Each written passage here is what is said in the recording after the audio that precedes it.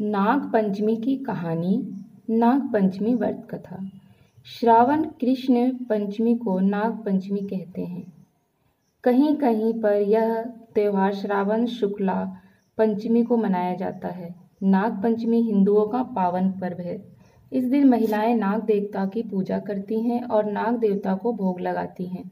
ज्योतिष के अनुसार पंचमी तिथि के स्वामी नाग हैं, अतः नाग पंचमी के दिन आटे में हल्दी मिलाकर नाग बनाएं और उस नाग का पूजन करना चाहिए।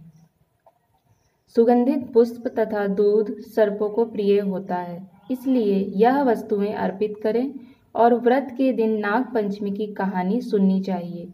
नाग पंचमी को प्रसाद के रूप में भुने हुए जौ और भुने हुए चने वितरित किए जाते हैं। इस दिन नाग पंचमी की कहानी या नाग पंचमी व्रत कथा सुनने से व्रत का पूर्ण फल प्राप्त होता है। तो आइए जानते हैं नाग पंचमी की कहानी, नाग पंचमी की कथा।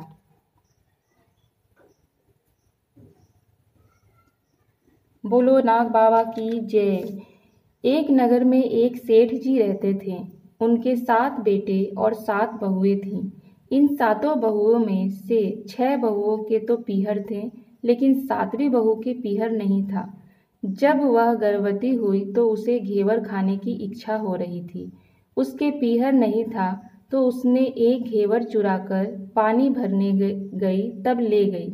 वहां जाकर पेड़ के नीचे घेवर रख दिया और सोचा कि पानी भरकर आराम से घेवर खा लूंगी। जब वह पानी भरकर घेवर लेने गई तो वहां घेवर नहीं मिला। उस पेड़ के पास एक बाम्बी थे जिसमें एक नागिन रहती थी।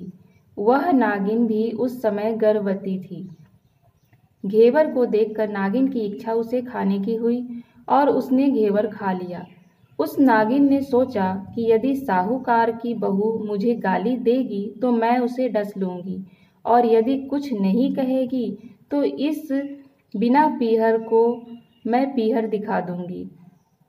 साहूकार के बेटे की बहू ने कहा कि शायद कोई मेरे जैसी ही होगी जिसने यह घेवर खा लिया। ऐसा सुनकर नागिन बहुत खुश हुई और उसने अपने बेटों से कहा कि तुम इंसान का रूप बनाकर जाओ और साहूकार के बेटे की बहू को लेकर आओ। नागिन के बच्चे इंसान का रूप बनाकर साहूकार के घर चले गए। वहां जाकर उन्होंने कहा कि हम हमारी बहन को लेने के लिए आए हैं। तब सास ने कहा कि पहले तो कभी नहीं आए, इतने दिन कहाँ थे? तब उन्होंने कहा कि जब हमारी बहन का जन्म हुआ तब हम नानी के घर थे और शादी हुई तब हम परदेश कमाने के लिए गए हुए थे। उन लड़कों ने बहुत सारे कपड़े और गहने और मिठाइयाँ बहन के सास और जेठानियों के लिए ले गए थे। सास अत्यंत प्रसन्न थी और जेठानियाँ उसे देखकर जल कुढ़ रही थी। सास ने बहू को उसके साथ में भेज दिया। बॉम्बे के पास जाकर उन्होंने कहा, बहन, हम नाग हैं। उस दिन जब तुमने पेड़ के नीचे घेवर रखा था तब तुम्हारा घेवर हमारी माँ ने ही खाया था। उन्होंने तुम्हें अपनी बेटी माना है, इस नाते से तुम हमारी बहन हुई। बहन, अब तुम हमारी पूंछ को पकड़ लो और डरना मत। उनके कहने पर वह पूंछ पकड़कर बॉम्बे में चली गई। वहाँ पर उन्होंने उसे बहुत लाड प्यार और सुख से रखा। वहीं पर उसने एक लड़के को जन्म दिया। जब उसका लड़का थोड़ा बड़ा हुआ तब की बात है, पड़ोसन ने साहूकार के बेटे की बहू को सिखा दिया, अगर तू मेरी माँ की इतनी ही लाडली है तो तू तेरी माँ से कहना कि आज तो नागों को दूध मैं ही पिलाऊंगी। पड़ोसन का ताना उसे सहन नहीं हुआ। माँ से जिद करके नागों का दूध ठंडा करने लगी। अभी तक दूध ठंडा नहीं हुआ था, उससे पहले ही उसके बेटे ने घंटी बजा दी। घंटी की आवाज़ सुनकर छोटे बड़े सारे नाग दूध पीने के लिए दौड़ पड़े। जब उन्होंने दूध में मुंह लगाया तो बहुतों का मुंह जल गया। तब नाग क्रोधित होकर बोलने लगे कि हम बहन को काटेंगे। उसकी माँ ने उन्हें समझाते हुए कहा कि इसे मत काटो, यह तुम्हें आशीष देगी। तब साहूकार के बेटे की बहू ने कहा,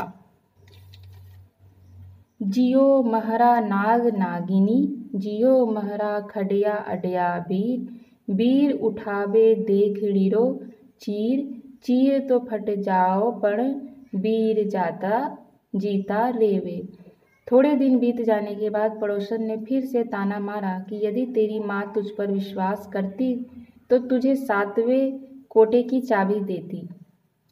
उसने माँ से जिद करके चाबी ले ली और जब ताला खोला तो अंदर झूले में बाबा नाग झूल रहे थे। उसने बाबा नाग से कहा, सत सिया राम बाबा। उन्होंने कहा कि तूने सत सिया राम कर लिया वरना मैं तुझे डस लेता। तब उसने कहा कि आप तो मेरे पिता हो, मुझे कैसे डस सकते हैं। और बोली,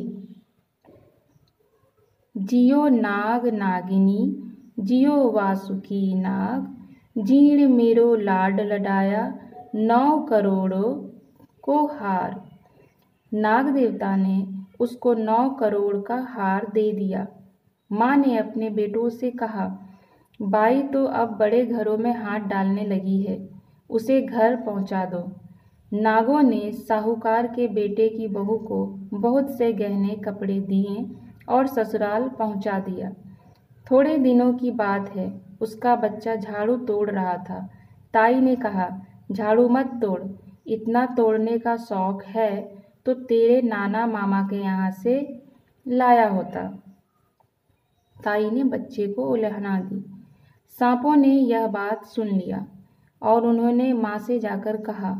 माँ ने कहा, 2 झाड़ू सोने की बनवाओ, 2 चांदी की बनवाओ और दे आओ।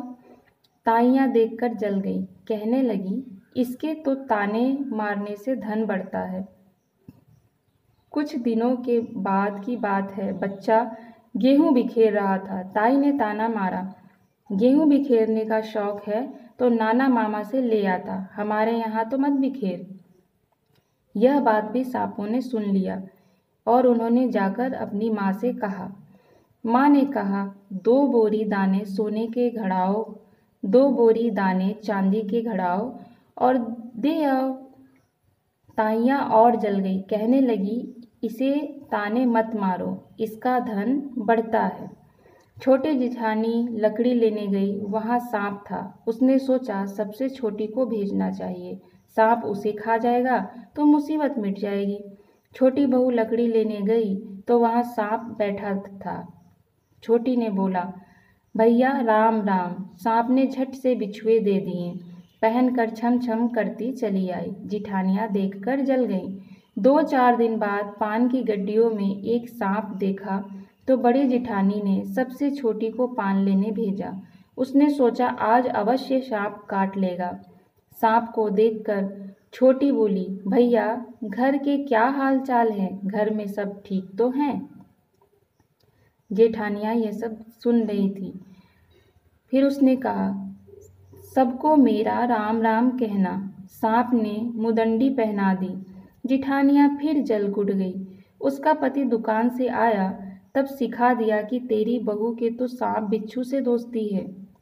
साहूकार का बेटा अपनी बहू से रात को कहने लगा, सच सच बता, सांप बिच्छू तेरे क्या लगते हैं जो तुझे काट खाने के बजाय गहने देते हैं। बहू ने कहा, वो तो मेरे भाई और भतीजे लगते हैं। फिर उसने सारी बात अपने पति को बताई।